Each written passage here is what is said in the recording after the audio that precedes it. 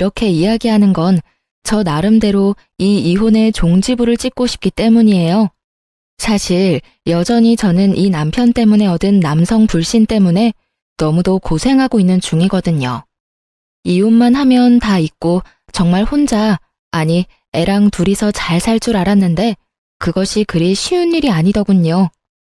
이제는 이미 끝난 일인데도 여전히 저를 괴롭히고 있거든요.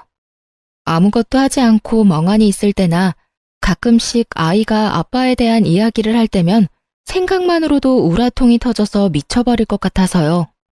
친구에게 이야기했더니 차라리 다 털어놓으면 마음이 편해지지 않겠냐는 생각으로 사연 글을 써봅니다. 저와 남편은 같은 직장에서 일하는 동료로 만나서 결혼했어요. 동갑이었기 때문에 제가 실제적으로는 더 오랫동안 회사에서 근무를 하고 있는 상황이었고, 남편은 저희 회사에 들어오기 전에 벌써 2군데 회사를 거쳐 들어온 상황이었어요. 남편은 느긋하고 쾌활한 성격의 분위기 메이커였어요. 옆에 있기만 해도 주변 사람들이 즐거워했으니까요. 그렇지만 일을 잘했냐고 물어본다면 글쎄요 라는 답밖에 못할 정도로 일은 못했어요. 제가 옆에서 봤을 때는 못한다기보다는 따분해하고 금방 흥미를 잃을 것 같다는 느낌이 더 컸죠. 당시에는 젊은 사람에게 회사라는 게 다 그런 거라고 생각했기에 별로 큰 문제 삼지 않았어요. 하지만 지금 돌이켜보면 남편은 한 가지에 진득하게 붙어서 집중할 수 있는 사람은 아니었어요. 처음에 말한 그대로 줏대가 없는 사람이었거든요. 그래도 같이 있으면 즐거운 사람이었기에 남편이 제게 고백을 하고 청혼까지 했을 때는 당연히 받아들였어요. 결혼이라는 게 중요한 건 저도 알았지만 저도 처음 해보는 거고 상대방을 다 안다고 착각하고 있었거든요. 내가 그 사람의 모든 모습을 봤다고 또 알고 있다고 말이죠.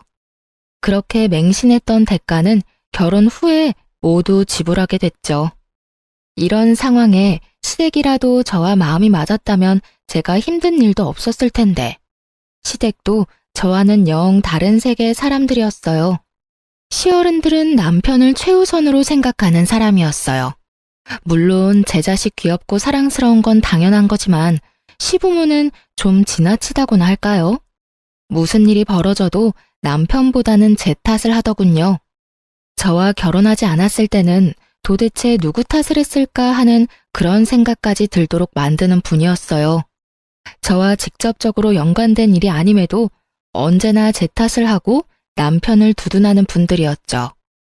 게다가 무엇보다 맞벌이를 그다지 좋아하지 않으셨고 그 시간에 제가 남편을 내조하고 육아를 해주길 바라는 분들이었어요. 하지만 그럴 수는 없었죠. 두 사람이 벌어도 수도권에서 살면 모자라게 되어 있거든요. 저희 친정이나 시댁은 고만고만한 데다가 저랑 남편 직장도 그리 좋은 곳은 아니라 많이 벌지도 못했으니까요. 현실적으로 안 되는 문제를 언제까지고 꼬투리 잡아 요구하시는 분들을 보며 이대로 결혼 생활이 잘 될까 싶은 생각도 들었었죠. 그리고 그런 고민에 확신을 더해주게 된 사건이 벌어졌어요. 결혼 후 4년 차에 일어난 일이었죠. 그때는 이미 첫째가 태어났고 저는 이제 막 육아휴직에서 복귀한 상황이었어요. 그런데 남편이 갑자기 며칠째 저한테 그런 소리를 하더군요. 당신은 내가 이 직장보다 더 좋은 곳에 갈 수 있을 거라고 생각하지 않아? 그게 무슨 말이야? 왜? 더 좋은 직장에서 오래? 오라면 가야지. 돈도 많이 주고 복지도 빵빵하면 두말 없이 돌아서서 가야지. 역시 그렇지? 왜? 어디서 연락 왔어? 뭔데 그런 걸 물어? 사실은 내가 공무원 공부를 생각 중이거든. 아무래도 안정적이고 길게 갈 수도 있고 복지도 좋잖아. 그래서 그러는데 당신이 좀 도와주지 않을래? 저는 천진난만하다 못해 멍청한 남편의 얼굴을 보며 당황했어요. 갑자기 30대 후반에 무슨 공무원 타령인지. 저는 어이없다는 얼굴로 말했죠. 공부는 무슨 공부야. 공무원 공부 시작할 생각하지 말고 차라리 일이나 계속해. 당신 잊었나 본데 우린 애가 있는 3인 가족이거든?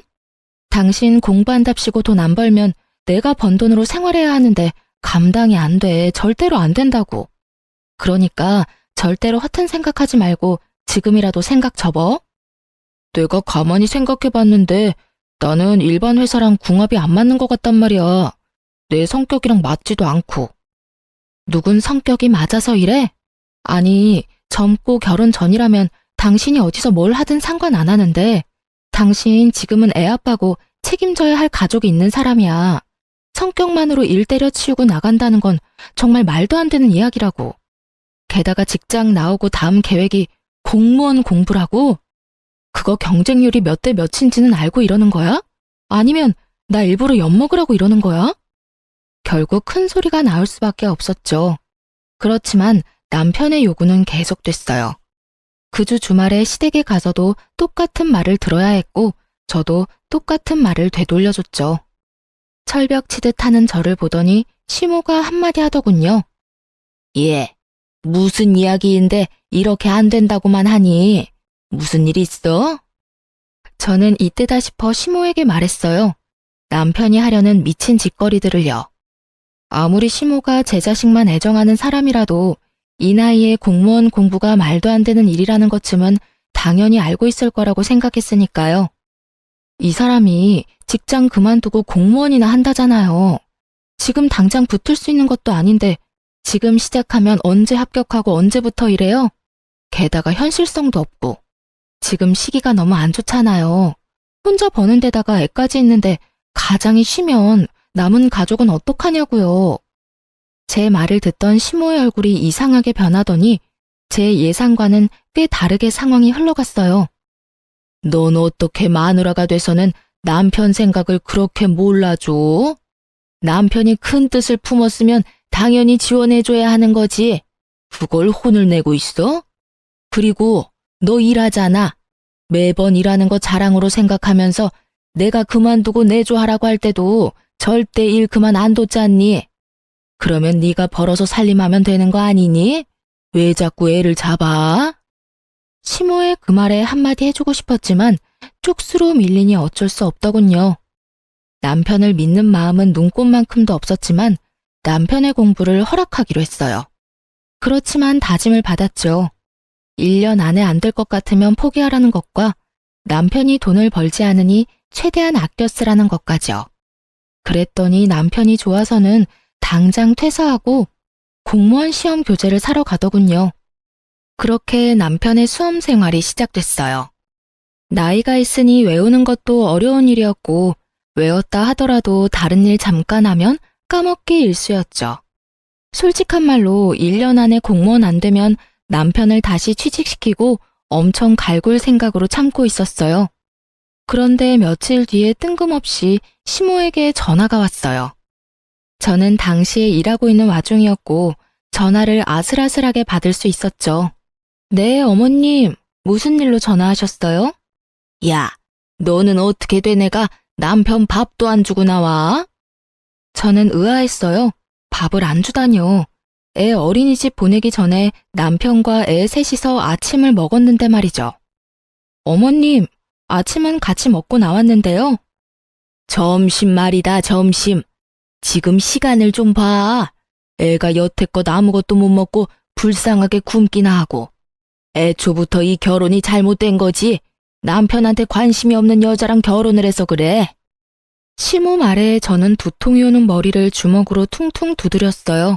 시모가 우리 집에 갔을 리는 없고 가지 않았다면 답은 하나죠. 남편이 시모에게 밥 못 먹었다고 찡찡댔다는 거. 그리고 그 이야기에 시모가 전화와서 이런 어이없는 말을 하는 거고요. 어머님, 죄송하지만 저는 지금 회사에서 일하는 중이에요. 가까우면 모르겠지만 왕복 1시간이고요. 갔다 오면 제 점심시간이 없어지는 데다가 남편이 밥 차려 먹을 수 있도록 준비 다 해놓고 왔는데 갑자기 이게 무슨 소리세요? 그 사람 집에서 공부하고 있거든요?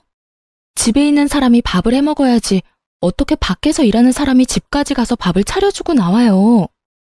네가 준비를 해왔으면 왜 우리 아들이 나한테 전화와서 배고프다고 난리를 피우겠어? 그리고 우리 귀한 아들이 왜 혼자서 밥을 차려 먹어? 너는 손이 없니 발이 없니? 네가 나와서 당장 챙겨주고 와. 일한다고 생색내나 본데 일을 해도 남편 내조는 해야 할 거 아니야. 우리 아들 지금 공부하고 다닌다고 너 무시하는 거야? 시모 말 들어보니 남편 놈이 배고프다고 시모에게 전화해서 떽떽거린 모양이었어요. 집안이 어떻게 되어 있는지도 모르고 무작정 저한테 전화해서 저부터 족치는 시모를 보며 팔이 너무 안으로 그것도 아주 기형적으로 굽은 게 틀림없어 보였어요.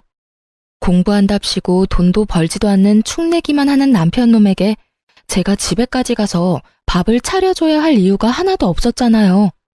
오히려 제가 열받아서 내쫓지만 않으면 다행인 일을 무슨 생각으로 제 탓을 하는 건지 저는 시모에게 따지려다가 참았어요.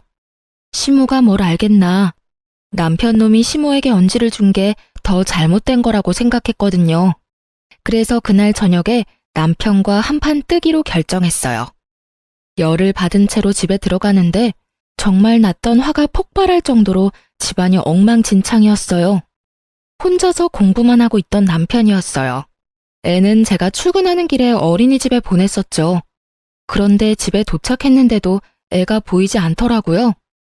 우리 애 어디 갔어? 어린이집에서 안 데리고 왔어?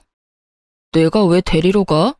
당신이 여태까지 데리고 왔으면 끝까지 당신이 데리고 와야지. 왜 나한테 그걸 시켜? 나 안 보여? 지금 공부하느라 바쁘잖아. 남편 놈은 공부하는 자리에 앉아 있었지만 거실 테이블과 소파, 탁자 위에는 남편의 흔적이 고스란히 남아 있었어요. 과자 봉투와 음료수병, 커피를 마시고 씻지 않은 컵까지. 제 눈에는 남편이 오늘 하루 놀고 먹은 결과만 보였죠. 게다가 애도 데리고 오지 않다니 화가 머리끝까지 났어요. 당신한테 공부하라고 한 건 맞지만 상식적으로 집에서 공부만 하는 거면 애는 당신이 좀 데리고 와야 하지 않아? 애 어린이집이 아파트 단지 내에 있는데 거리가 멀지도 않은데 왜 매번 내가 데려올 때까지 기다리는 거냐고. 내가 항상 늦어서 어린이집에 죄송하다고 말하며 애 데리고 오는 거 알고 있으면서 이 시간까지 애를 그냥 놔두는 게 말이나 돼? 애가 있으면 시끄러워서 공부가 안 돼. 그래서 안 데리고 온 거고. 좀 그런 거로 나한테 짜증내지 마. 나도 열받으니까. 남편의 그 말에 뒷골이 확 당기더군요. 자기가 뭔데 열이 받아요?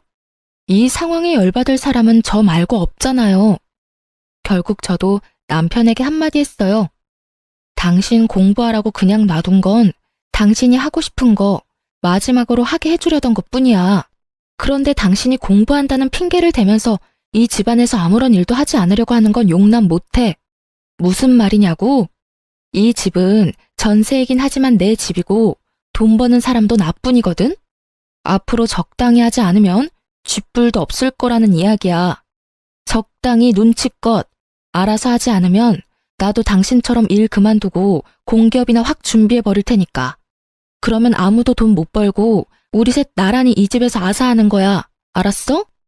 소리를 지르는 제 모습이 생소했는지 남편이 연신 당황한 표정으로 어색해하고 있기만 하더군요.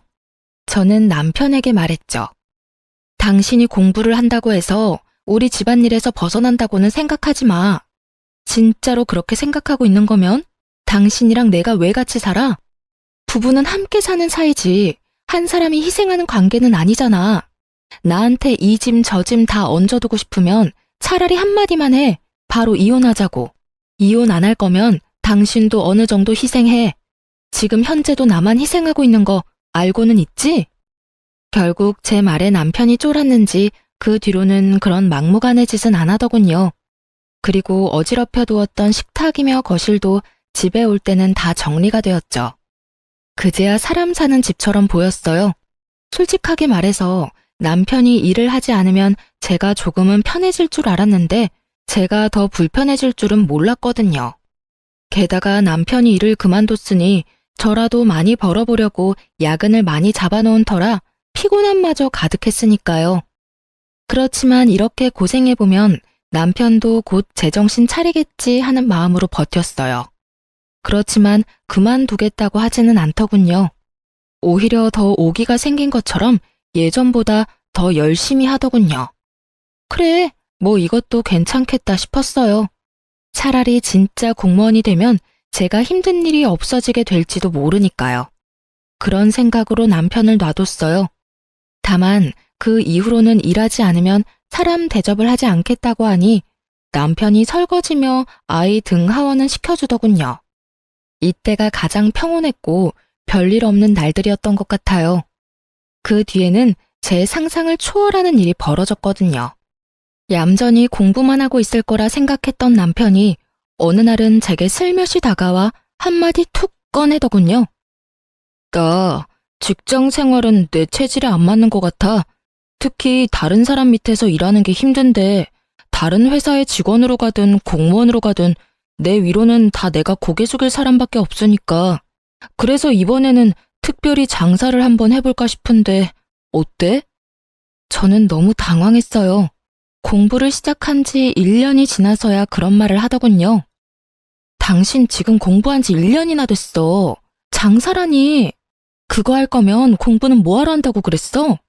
1년이라는 시간을 투자했으면 뭐든 결과를 보고 결정해야 할 거 아니야. 결과보다는 내 성격이 그런 것 같아.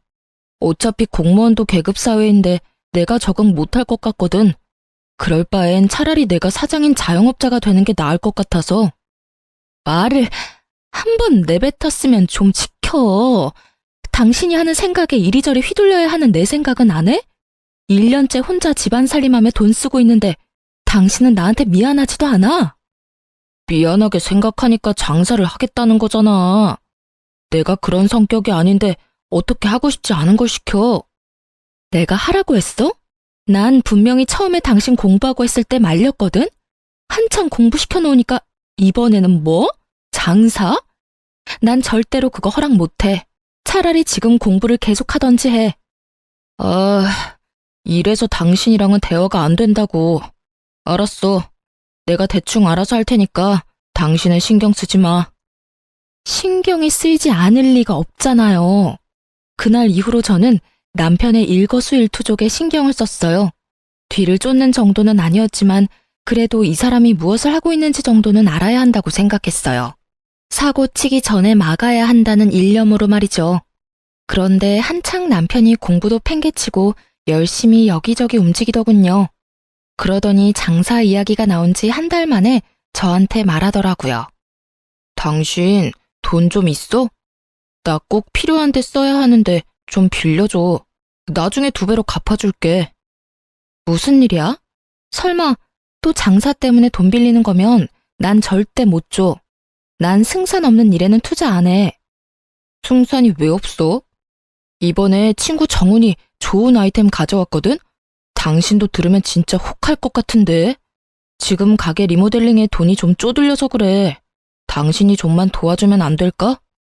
장사하는 거면 돈 안 준다고 했지. 그리고 벌써 일 다 버렸잖아.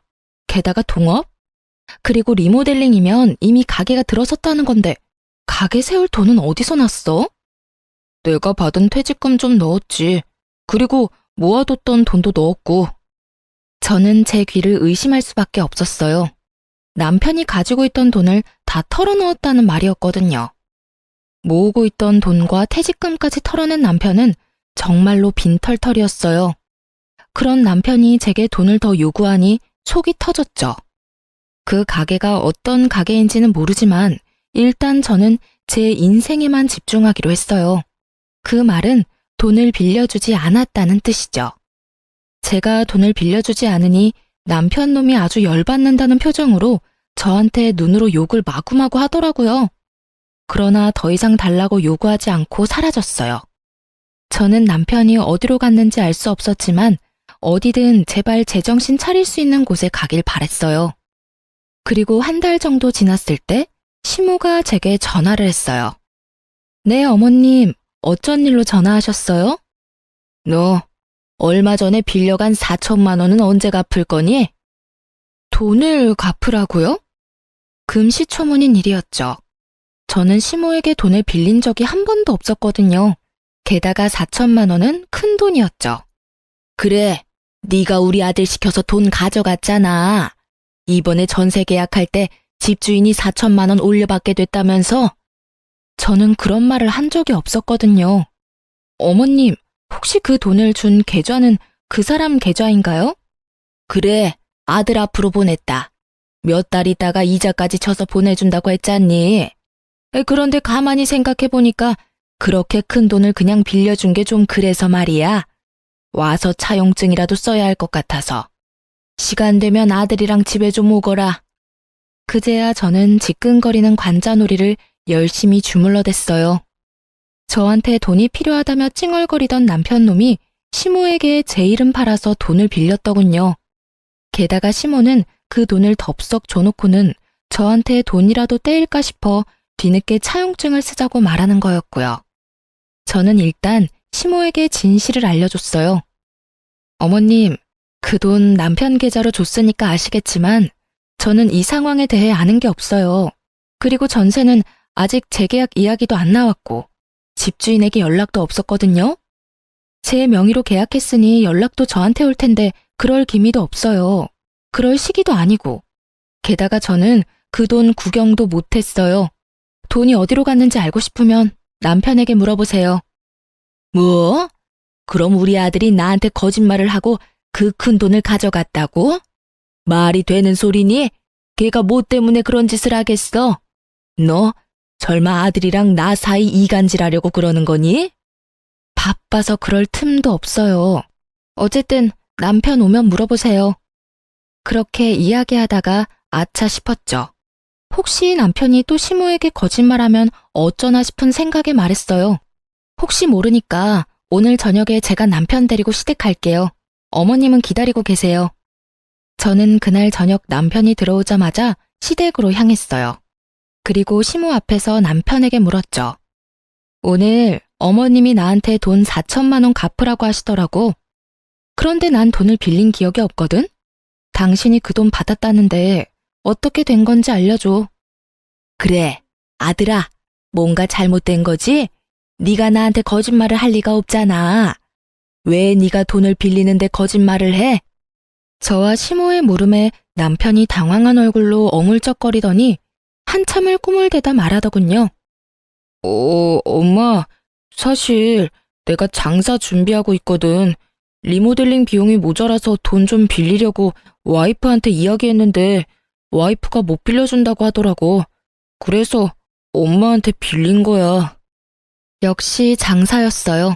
하지 말라고 하는데도 끊임없이 돈을 갖다 바르는 걸 보니 정말 화가 머리끝까지 났지만 시모 앞이라 최대한 참으며 말했죠. 아무리 돈이 급해도 그렇지 마누라 팔아서 돈 마련하는 사람이 어딨어. 당신 혹시라도 그 돈 못 갚으면 나한테 책임 전가하려고 그런 거야? 그런 거 아니야. 그냥 빌려달라고 하면 안 빌려줄 것 같아서 그랬지. 당신도 나한테 무조건 안 된다고 안 빌려준다고만 했잖아. 남편의 생떼를 쓰는 소리에 저는 눈앞이 캄캄하더군요. 이게 책임감을 가진 가장이 할 소리인가 싶었죠. 그렇게 원하면 본인이 차를 담보로 잡아서 대출을 받든 자기 이름으로 신용대출을 끌어다 쓰든 방법이야 여럿이었을 텐데 고작 선택한 방법이 시모에게 마누라 이름 팔아 돈을 마련하는 거라니. 그런데 더 웃긴 상황은 이 다음에 벌어졌어요. 다 네 탓이네. 며느리 네가 우리 아들 길을 죽이고 다니니 애가 길을 못 펴고 우리한테까지 거짓말을 하게 됐잖아. 네가 뭔데 우리 아들을 괴롭혀. 그깟 돈이 뭐가 그렇게 소중해서 장사하겠다는 애를 못하게 막냐고. 그만 좀 하세요. 지금 이 사람 2년 동안 한 일이 뭐가 있는지 아세요? 그 귀한 시간 절반 넘게 공부한답시고 집에 틀어박혀서 제가 벌어다주는 돈으로 느긋하게 살더니 이제 와서 장사하겠다고 집에 있는 돈 다 가져가려고 하잖아요. 둘이 벌어도 모자란 판에 어떻게 혼자 벌고 있는 사람한테 돈 내놓으라고 하냐고요. 제가 뭐 어디 가서 가장 노릇하라고 했어요? 공부하고 싶다고 해서 공부시켜줬더니 시험은 합격도 못 해놓고 이제 와서 장사하겠다고 저러는데 어떤 마누라가 돈을 내놔요? 지금 당장 내 새끼 밥 해먹일 것도 걱정되는 판국에. 너 말 다 했니? 그러는 너는 여태껏 우리 아들이 벌어다주는 돈으로 편하게 살았어, 안 살았어? 네가 그런 소리 하면 안 되지. 너 돈 좀 번다고 생색내면서 그러는 거 아주 꼴 보기 싫어. 왜 우리 아들이 너한테 그런 대접을 받으면서 살아야 해? 그 말을 듣는데 정말로 하늘이 무너지는 기분이었죠. 편하게 살긴 누가 편하게 살아요? 제가 지금 편하게 사는 것처럼 보이세요? 일도 안 하는 남편 공부시키느라 애 등하원도 제가 하고, 애 밥 먹이는 것도 제가 하고, 집안일도 돈 버는 것도 제가 하는데. 그리고 어머님 말씀대로면 지금 당장 있는 돈 없는 돈 다 긁어모아서 남편 장사하는 데 넣어주고 우리는 길거리에 나앉아서 손가락이나 빨고 있으라 그 말이에요? 제가 적나라하게 말하자 그제야 시모가 눈치를 보더니 딱 잡아떼더군요. 내가 언제 그렇게 말했어? 넌 사람을 꼭 그렇게 이상한 사람으로 만들어야겠니? 그게 아니면 뭔데요? 제 말이 어머니 말이랑 뭐가 달라요? 집에 있는 여윳돈은 다 남편한테 갖다 바쳐라 이거잖아요. 일도 안 하고 집에서 쳐놀기만 하는 주제에 사고나 치고 다니는 남편한테. 말이 통하지 않는 시모와 눈치 보며 그저 여기서 벗어나길 바라는 싹퉁머리 없는 남편 놈을 보면서 저는 끓어오르던 화가 터져버렸어요. 됐어요. 이런 말 할 필요도 없네요. 당신, 이혼해. 줏대없는 당신 때문에 고생하며 여기까지 왔는데 더는 못하겠어.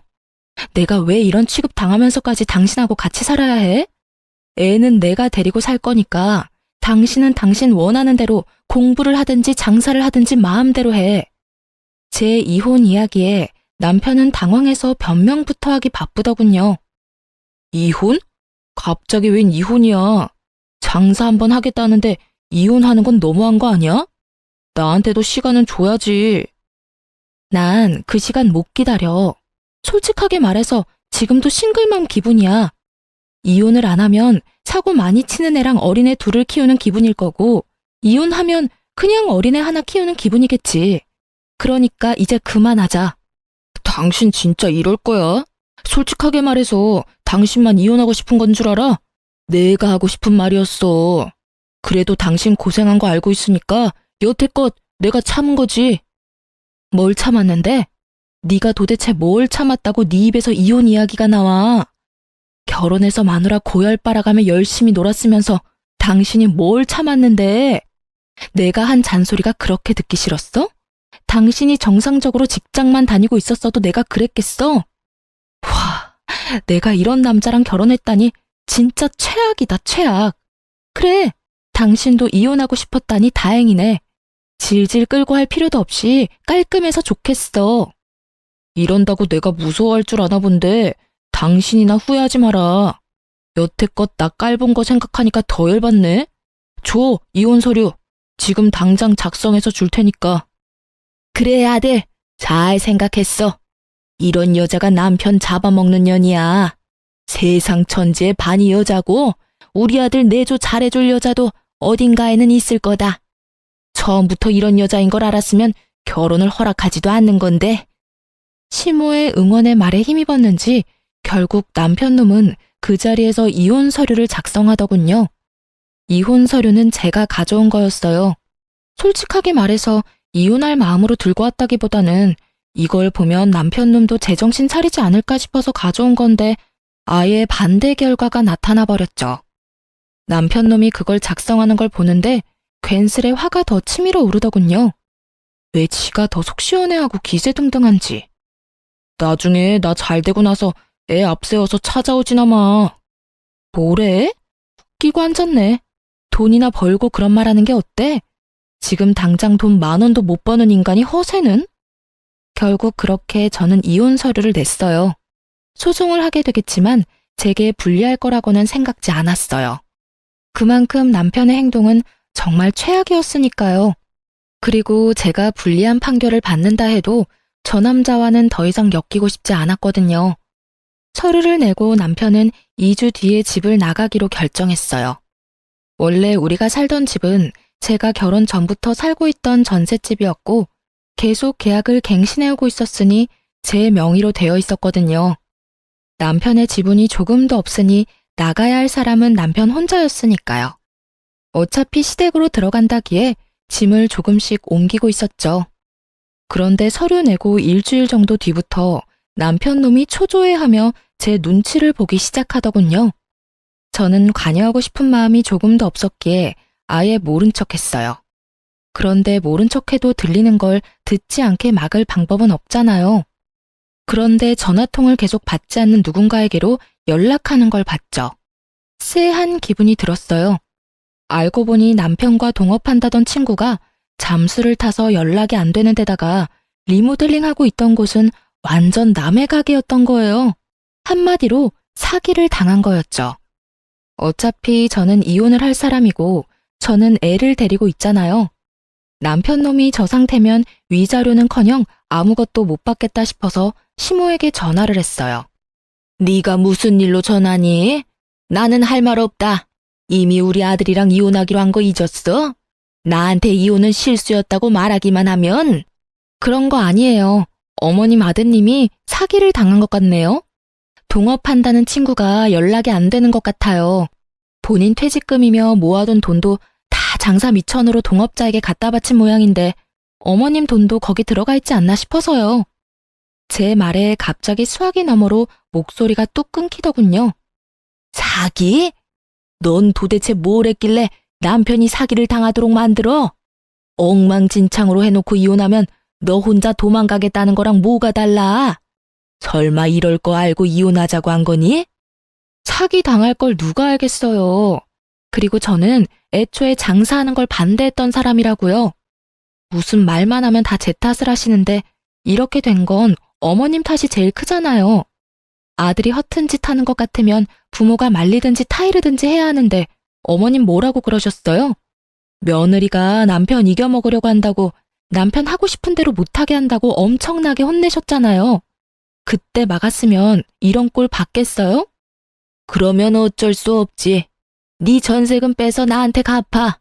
나는 그 돈 무조건 받을 거니까. 전세금은 오로지 제 돈이라서 그렇게 못하죠. 그리고 돈 빌린 사람이 따로 있는데 왜 저한테 그러시는지? 저는 그 돈 구경도 못 해봤고 어차피 법원에서 금융기록 확인하면 남편한테 흘러가서 남편이 동업자한테 준 거 다 확인될 거예요. 그리고 와이프랑 자식 방임한 건 남편 책임이니까 그에 대한 위자료는 아마 제가 받아야 할 거고요. 남편이 못 내면 저도 법적으로 할 수 있는 조치는 다 취할 거예요. 그러니까 앞으로 아드님 고삐 잘 쥐고 있으시라고요. 제 말에 시모는 놀랐는지 대답을 못 하더라고요. 결국 그날 남편은 시모에게 불려갔고 집에 왔을 때는 시부모에게 몇 대 맞았는지 제대로 털린 얼굴로 돌아왔더군요. 그러면서 저한테 한마디 하더라고요. 당신이 우리 엄마한테 나 사기당했다고 말했어? 왜 그딴 말을 해? 누가 사기를 당했다고? 동업자한테 돈을 다 넘겼는데 동업자가 연락이 안 되고 리모델링 중이라던 가게가 실제로 다른 주인이 있었던 거면 그게 사기지. 당신은 그게 사기가 아니라고 생각해? 그래서 내가 미리 이야기했잖아. 장사 쉽게 보지 말라고. 그리고 제대로 할 거였으면 돈이 어디서 어떻게 흘러갔는지 정도는 당신이 확인하고 같이 돈 쓰는 자리에 있었어야지. 동업자한테 다 맡겨놓고 당신 혼자 편하게 있으면서 장사를 한다고? 내가 처음에는 당신이 줏대가 없는 사람이라고 생각했는데 그게 아니었어. 당신은 세상 모든 일이 그냥 쉽게 보였던 거지. 그래서 매번 뭐 하나 잃어보지도 못하고 딴 거 찾고 그래서 이렇게 사기도 당하잖아. 제 말에 전곡을 찔렸는지 남편 놈은 가만히 저만 째려보더군요. 째려보면 뭐 어쩔 건데. 나 째려보고 있으면 동업자가 갖고 나른 당신 돈이 나올 것 같아? 이러고 있을 시간에 그 동업자 찾으러 다니는 게 훨씬 낫지 않겠어? 어차피 일도 없고 공부도 안 하고 한가했잖아. 애를 보기를 해, 집안일을 하기를 해. 아무것도 안 하는데 뭐하러 여기서 전화통만 붙들고 있는지 당최 이해가 안 돼서 말이야. 그리고 말해두는데 나는 어떻게 해서든 내 목 다 받아낼 거야. 그러니까 당신도 그렇게 생각하고 있으라고. 대충 어영부영 넘어가는 건 절대 없을 거니까. 구구절절 다 맞는 소리를 하니 뭐라 말하지도 못하고 여기서 더 싸웠다가는 오히려 이혼에 더 불리해질 것 같으니 남편 놈은 조용히 화를 삭히더군요. 만약 사기당한 화를 저한테 다 쏟아냈으면 저도 참지 않고 완전 맞받아칠 작정이었는데 그렇게 되지 않고 끝났어요. 남편 놈은 그날 저녁에 바로 남은 짐을 다 싸서 시댁으로 갔죠. 그렇게 저와 남편은 이혼이 법적으로 정리될 때까지 사적으로 연락하지 않았어요. 그리고 이혼하고 나서 남편 놈의 근황을 듣고는 이혼 참 잘했다는 생각을 했어요. 전 남편은 시댁에서도 밥만 축내며 지냈다고 하거든요. 의욕도 없고 의지도 없고 2년을 내리 놀아서 회사 생활에 아예 흥미를 잃은 전 남편이 시부모 눈에도 아주 밉보였나 보더군요. 하긴 결혼시켜서 밖에 내놓았을 때는 가까이 있지를 않으니 귀하고 자랑스러운 내 자식이겠지만 집에서 저렇게 철없는 아들을 보고 있으면 어느 부모가 화가 안 나겠냐고요. 게다가 전 남편이 일을 하지 않고 백수로 지내니 저에게 와야 할 양육비가 오지 않게 된 거죠. 제가 매번 남편에게 양육비 달라고 하면 전 남편은 시부모에게 돈 좀 붙이라며 시부모에게 떠맡기기 바빴거든요. 그게 1년이 넘게 지속되자 시부모님들도 알게 된 거죠. 남편이 인간 말종이라는 걸요. 결국 비난의 화살은 제가 아니라 본인들 아들에게 돌아갔고 전 남편은 시부모 등살에 못 이겨 결국 알바를 시작했더군요. 취직을 하려니 공백기가 좀 있는 데다가 본인도 이제 회사 생활이 영 맞지 않다고 생각했는지 아니면 여가 시간을 즐기고 싶었는지 파트타임 알바를 다니고 있더군요. 그리고 일하고 나서 얼마 안 돼서 저한테 연락이 왔어요. 여태까지 한 번도 애를 보러 오지 않았던 놈이 갑자기 애가 보고 싶다고요. 애가 보고 싶다는 아빠를 외면할 수는 없으니 일단 만날 약속을 잡았어요. 그런데 이놈이 만나자마자 어이없는 말을 하더군요. 나 얼마 전에 일자리 구했어. 일도 지금 하고 있고. 지금 생각해보면 나 생각하고 걱정해주는 사람이 당신뿐이었는데 내가 왜 그랬나 모르겠어. 우리 이혼 다시 한번 생각해보지 않을래? 이대로는 내가 너무 미안해서 그래. 당신한테도 아이한테도. 일자리 구했으면 열심히 일해서 양육비나 보내줘. 나는 당신하고 다시 좋은 마음으로 살 자신이 없거든. 솔직히 당신이 변했다고 해도 이미 내 안에서 당신이라는 사람은 애한테 신경도 안 쓰고 자기 좋을 대로 사는 사람으로 고정되어 있으니까. 그냥 한순간의 일탈이었다고 생각하면 안 돼? 나도 나쁜 의도로 그런 건 아니잖아. 다 우리 가족 잘 되라고 한 선택이었는데 그게 잘 안 됐을 뿐이고. 만약에 내가 한 선택들이 다 잘 됐다면 당신도 나와 이혼하지는 않았을 거 아니야. 아니, 그래도 나는 당신이랑 이혼했을 거야. 당신이 착각하고 있는 것 같은데 내가 확실하게 말해줄게. 당신이 잘 되고 못 되고를 떠나서 당신이 한 선택들은 나랑 애를 생각하면 선택할 수 없는 일들 뿐이었어. 와이프를 일하게 하고 애도 돌보지 않고 하지 말라는 것만 골라서 한 모든 것들이 말이야. 그러니까 한마디로 너는 네 생각만 하는 이기적인 놈이라 이거지. 그러니까 다시 이혼해도 넌 똑같이 이기적인 선택을 할 거야. 그리고 당신이 변했다 해도 나는 다시는 너한테 안 가. 내가 아닌 다른 사람과 잘해봐.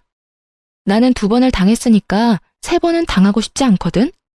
내 인생을 걸고 그런 도박을 하라는 건 좀 너무하지 않냐? 제 말에 강한 비난을 읽었는지 남편은 다시 입을 꾹 닫더군요. 제가 넘어올 줄 알았나 봐요. 그렇게 남편은 애를 보는 둥 마는 둥 하고 돌아갔어요. 그리고 그날 저녁에 시모에게서 전화가 왔어요. 이번에는 또 어떤 탓을 하려나 싶어서 전화를 받았죠. 그래, 잘 지내니? 애도 잘 지내지? 오늘 아들이 왔다 갔지 않아? 네, 다녀갔어요. 저는 긴 말하고 싶지 않았어요. 전 남편이 재혼 이야기 꺼낸 것도 하고 싶지 않았고요. 그런데 시모가 그러더군요. 네가 우리한테 서운한 마음인 건 잘 알아. 그렇지만 너희는 가족이잖니? 우리 아들 저렇게 집에서 처량하게 있는 거 보니 딱하고 안 됐어. 나도 그렇고 아들도 그렇고 다시는 너 하는 말, 너 하는 일에 토달지 않겠다 다짐하마. 그러니까 우리 아들 좀 다시 데려가, 응? 저는 이 대목에서 웃을 뻔했어요. 같이 살아보니 자기 아들이 어떤 인간인지를 알았던 모양인지 빠르게 저한테 보내고 싶어서 안달이 났더라고요. 그런데 제가 받아줄 리가 없잖아요. 이제 와서 입 싹 닫고 다시 데려가라는 건 좀 너무하시지 않나요? 그렇게 자랑스럽고 사랑스러운 아드님이면 어머님이 직접 데리고 있는 게 맞는 거 아닐까요? 솔직하게 말해서 저는 자기만 소중하게 생각하는 남자는 필요가 없거든요. 아무리 답답해도 어머님한테는 아들이니까 이해하고 넘어갈 수 있겠지만 저는 생판 남인데다가 그 사람 때문에 피해만 본 사람인데 제가 왜 그 사람을 데려가요? 그 사람이 저와 아이를 가족으로 생각했으면 잘하던 일 때려치우고 공부한답시고 백수돼서 돈을 축내는 일을 했겠어요? 와이프가 하지 말라고 단단히 일렀는데도 장사해보겠다고 있는 돈 다 때려받고 사기 당할 일 만들었겠어요? 사기치려는 놈한테는 못 이긴다는 거 알아요. 그러면 그 동업자라는 사기꾼 말 듣기 전에 마누라 말을 조금이라도 귀담아 들었으면 이런 일이 없었을 거잖아요. 제가 왜 어머님을 위해서, 전 남편을 위해서 다시 재혼이라는 희생을 해야 할지 모르겠네요. 그냥 아드님 옆에 계속 데리고 사세요. 저는 사고만 치고 가정에는 충실하지 않은 이기적이고 줏대없는 남자는 필요 없거든요. 저는 제 할 말만 하고 전화를 딱 끊어버렸어요. 이 얼마나 뻔뻔하고 계산적인 사람들인지. 아무리 봐도 자기가 감당 못할 것 같으니까 저한테 다 넘기려는 수작이잖아요. 게다가 전 남편도 시모보다 더 답이 없는 놈이죠. 이혼할 때 그렇게 기세등등하게 큰 소리 쳤잖아요. 잘 되고 나서 애 앞세워서 찾아오지 말라고요. 그 짓을 지가 지금 하고 있는데 제가 받아줄 거라 생각한 게 웃기지 않나요? 그 이혼 직전의 인연은 제 인생의 암흑기와 마찬가지예요. 그때를 생각하면 진짜 자기 혐오에 빠질 정도거든요. 그래도 어떻게든 너무 늦지 않은 시기에 빠져나와 천만 다행이라고 생각하고 있어요.